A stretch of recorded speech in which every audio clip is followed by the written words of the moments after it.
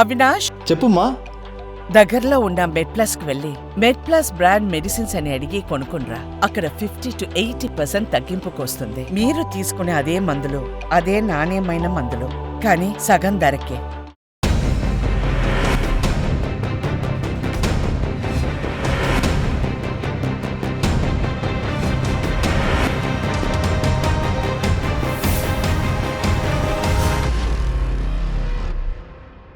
నమస్తే, welcome to inside story. నేను రవి. కడియం శ్రీహరి కాంగ్రెస్ పార్టీకి దూరంగా ఉంటున్నారా? ఆయన ఎందుకు యాక్టివ్గా లేరు? కల్వకుంట్ల కవిత రాజకీయాలకు గుడ్ బై చెప్పనున్నారా? పార్టీలో ఏం చర్చ జరుగుతోంది? సీఎం రేవంత్ రెడ్డికి కంట్లో నలుసులా మారిన ఆ ఎమ్మెల్యే ఎవరు? ఆయన కోపానికి కారణమేంటి? వైసీపీకి ఆ పదవి కూడా దక్కటం కష్టమేనా? జగన్ పార్టీని పూర్తిగా జనాలు మర్చిపోవాల్సిందేనా? ఇలాంటి కథనాలతో మీ ముందుకు వచ్చింది ఇవాల్టి ఇన్సైడ్ స్టోరీ.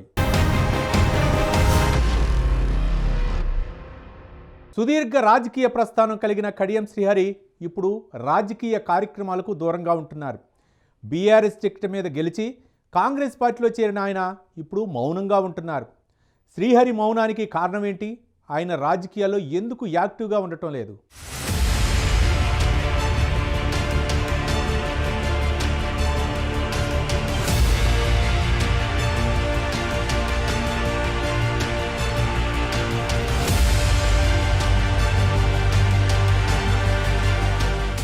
ఆయన ఏ పార్టీలో ఉన్నా ఎంతో యాక్టివ్గా పనిచేస్తారు. టీడీపీ బీఆర్ఎస్లలో కీలక పదవులు అనుభవించారు. పార్టీని నడిపించడంలో ఆయన స్టైలే వేరని కార్యకర్తలు చెప్పుకుంటారు. దళిత నేతగా గుర్తింపు పొందిన అన్ని సామాజిక వర్గ నాయకులను కలుపుకొని పోయే స్వభావం ఉంది. కానీ ఆయన ఇటీవల రాజకీయాలకు కాస్త దూరంగా ఉంటున్నారట. నిన్న మొన్నటి వరకు చురుకుగా ఉన్న ఆ నాయకులు ఇప్పుడు కాస్త దూకుడు తగ్గించినట్లు కనపడుతోంది. ఆయనే స్టేషన్ గన్పూర్ ఎమ్మెల్యే కడియం శ్రీహరి. ఉమ్మడి వరంగల్ జిల్లాలో కడియం శ్రీహరి ఒకప్పుడు చక్రం తిప్పిన నేత. టీడీపీ జిల్లా అధ్యక్షుడిగా కూడా ఆయన పనిచేశారు. ప్రత్యేక తెలంగాణ ఉద్యమ సమయంలో టీడీపీకి రాజీనామా చేసి అప్పటి టీఆర్ఎస్ లో జాయిన్ అయ్యారు.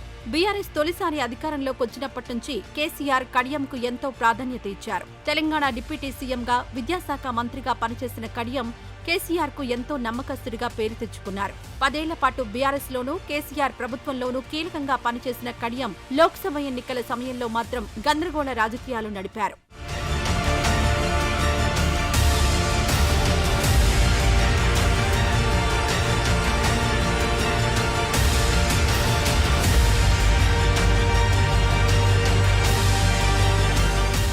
కడియం శ్రీహరికి మొదటి నుంచి తన కూతురు కావ్యను రాజకీయంగా నిలబెట్టడమే లక్ష్యంగా పెట్టుకున్నారు. తన రాజకీయ జీవితం చివరి దశకు చేరుకున్న నేపథ్యంలో తన వారసురాలిగా కావ్యను రాజకీయాల్లోకి దించారు. అయితే లోక్సభ ఎన్నికల సమయంలో కడియం చేసిన రాజకీయం అందరినీ ఆశ్చర్యపరిచింది. అసెంబ్లీ ఎన్నికల్లో బీఆర్ఎస్ ఓడిపోయిన దగ్గర నుంచి పార్టీతో అంటీ ముట్టనట్లుగానే కడియం వ్యవహరించారు. అయితే లోక్సభ ఎన్నికల్లో తన కూతురికి బీఆర్ఎస్ బీఫామ్ దక్కించుకున్నారు. కడియం శ్రీహరి, ఆయన కూతురు కావ్య ఇద్దరూ కేసీఆర్ ను కలిసి ధన్యవాదాలు కూడా చెప్పారు. కానీ 2 రోజులకే కావ్య ఆ బీఫామ్ ను తిరిగిచ్చేసి కాంగ్రెస్ కండువా కప్పుకున్నారు. ఆ వెంటనే కావ్యకు కాంగ్రెస్ బీఫామ్ దక్కడం, వరంగల్ నుంచి పోటీ చేసి ఎంపీగా ఎన్నికవడం జరిగిపోయింది. ఈ రాజకీయాన్ని అంతా కడియం వెనుక నుండి నడిపించారు. ఇక తాను ప్రత్యక్ష ఎన్నికల్లో పోటీ చేయనని, తన కూతురిని గెలిపించాలని ఆయన వరంగల్ ప్రజలను కోరారు. అంతేకాకుండా తనకు పలు పార్టీలో ఉన్న పరిచయాలను కూతురు గెలుపు కోసం వాడుకున్నారనే టాక్ కూడా ఉంది.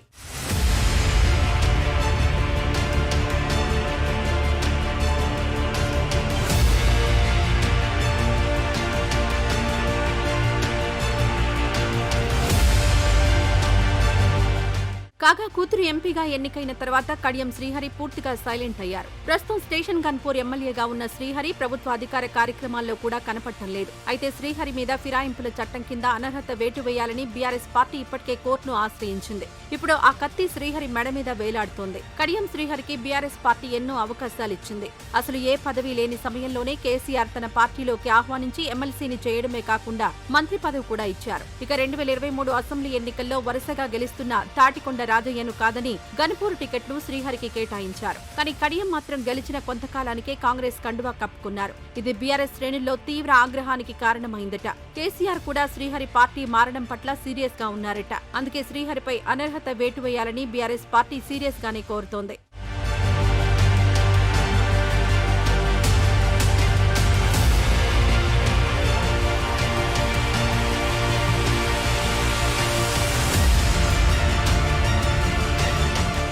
కాగా శ్రీహరి కాంగ్రెస్ లోకి వచ్చినా వరంగల్ జిల్లా నాయకులు పెద్దగా పట్టించుకోవడం లేదట. ఇక స్టేషన్ గన్పూర్ లో కాంగ్రెస్ ఇన్ఛార్జిగా ఉన్న సింగపురం ఇందిర, ఆమె అనుచరులు శ్రీహరిని పట్టించుకోవడం లేదు. గన్పూర్ లో ప్రభుత్వ కార్యక్రమాలకు కూడా ఇందిరనే హాజరవుతున్నట్లు సమాచారం. దీంతో సొంత నియోజకవర్గంలో కూడా శ్రీహరి పరాయివాడిలా ఉండాల్సి వస్తోందట. కూతురు కావ్య కోసమే కాంగ్రెస్ లోకి వచ్చారని, ఇకపై ప్రత్యక్ష రాజకీయాల్లో పోటీ చేయనని చెప్పిన శ్రీహరి ఇప్పటి నుంచే సైలెంట్ అయ్యారట. కాంగ్రెస్ పార్టీ నాయకులు, కార్యకర్తల నుంచి తనకు సరైన మద్దతు లేకపోవడంతో ఆయన పార్టీ, ప్రభుత్వ కార్యక్రమాలకు దూరంగానే ఉంటున్నారట. కూతురు కావ్య ఎంపీగా నిలదొక్కుకోవడానికే ఆయన తెర వెనుక అవసరమైన సూచనలు, సలహాలు ఇస్తూ గడుపుతున్నారని తెలుస్తోంది.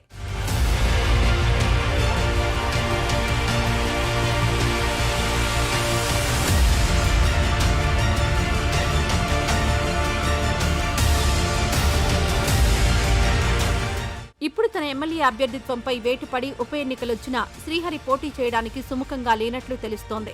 ఒకవేళ స్టేషన్ గన్పూర్ నుంచి పోటీ చేసినా ఇప్పుడు బీఆర్ఎస్ శ్రేణుల నుంచి తనకు ఎలాంటి మద్దతు ఉండదు. అదే సమయంలో కాంగ్రెస్ పార్టీ కార్యకర్తలు కూడా తన కోసం పనిచేయరని శ్రీహరి భావిస్తున్నారట. అందుకే శ్రీహరి పూర్తిగా సైలెంట్ అయ్యారని, రాజకీయ కార్యక్రమాలకు దూరంగా ఉండడానికి కూడా కారణం అదేనని తెలుస్తోంది. ఒకప్పుడు జిల్లా రాజకీయాల్లో చక్రం తిప్పిన శ్రీహరి ఇప్పుడు సొంత నియోజకవర్గంలోనే ఏ పార్టీకి చెందని వాడిగా మారిపోవడంపై రాజకీయ వర్గాల్లో చర్చ జరుగుతోంది. ఇకపై రాజకీయాలకు దూరంగా ఉండాలని కడియం నిర్ణయించుకోవడం సబబే అని పలువురు వ్యాఖ్యానిస్తున్నారు. మరి కడియం ఇదే సైలెన్స్ ను కొనసాగిస్తారా, లేదంటే మళ్లీ యాక్టివ్ అవుతారా అనేది వేచి చూడాలి.